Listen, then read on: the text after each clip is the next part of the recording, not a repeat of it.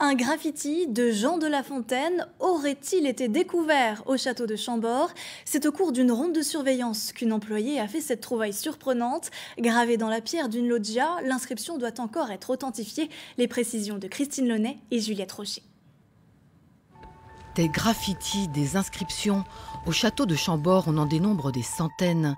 Mais celle découverte par hasard au détour d'une ronde avait échappé au regard des plus avertis. Nous sommes en novembre 2017, Marina est guide-interprète. Elle remarque ce qui pourrait être la signature de Jean de La Fontaine, cachée sous un linteau de fenêtre.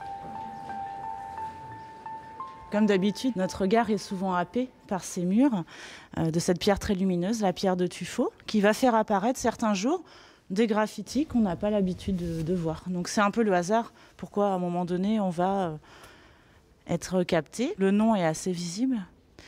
Mais le prénom, reste à découvrir et à authentifier. On ne sait pas du tout si ça se trouve. Ça peut être un homonyme. Un homonyme. Au XVIIe siècle, le nom de Jean de La Fontaine n'était pas extrêmement rare. Pourtant, une trace du passage du célèbre auteur de fables laisse à penser qu'il aurait gravé, comme Victor Hugo 2 siècles plus tard, son nom dans le tendre du tuffeau. Sa présence dans la région tout près d'ici est attestée à Saint-Dié, qui était le port de Chambord au XVIIe siècle. Donc il est probable que, venant à Saint-Dié, il en ait profité pour voir le château, et donc possible et probable qu'il ait pu inscrire son nom.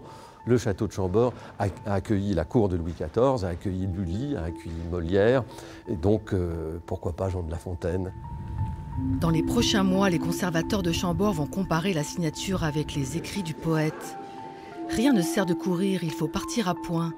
Alors profitez bien de cette image, car si jamais l'inscription était authentifiée, son emplacement, lui, ne sera jamais révélé aux visiteurs, afin de lui assurer la pérennité.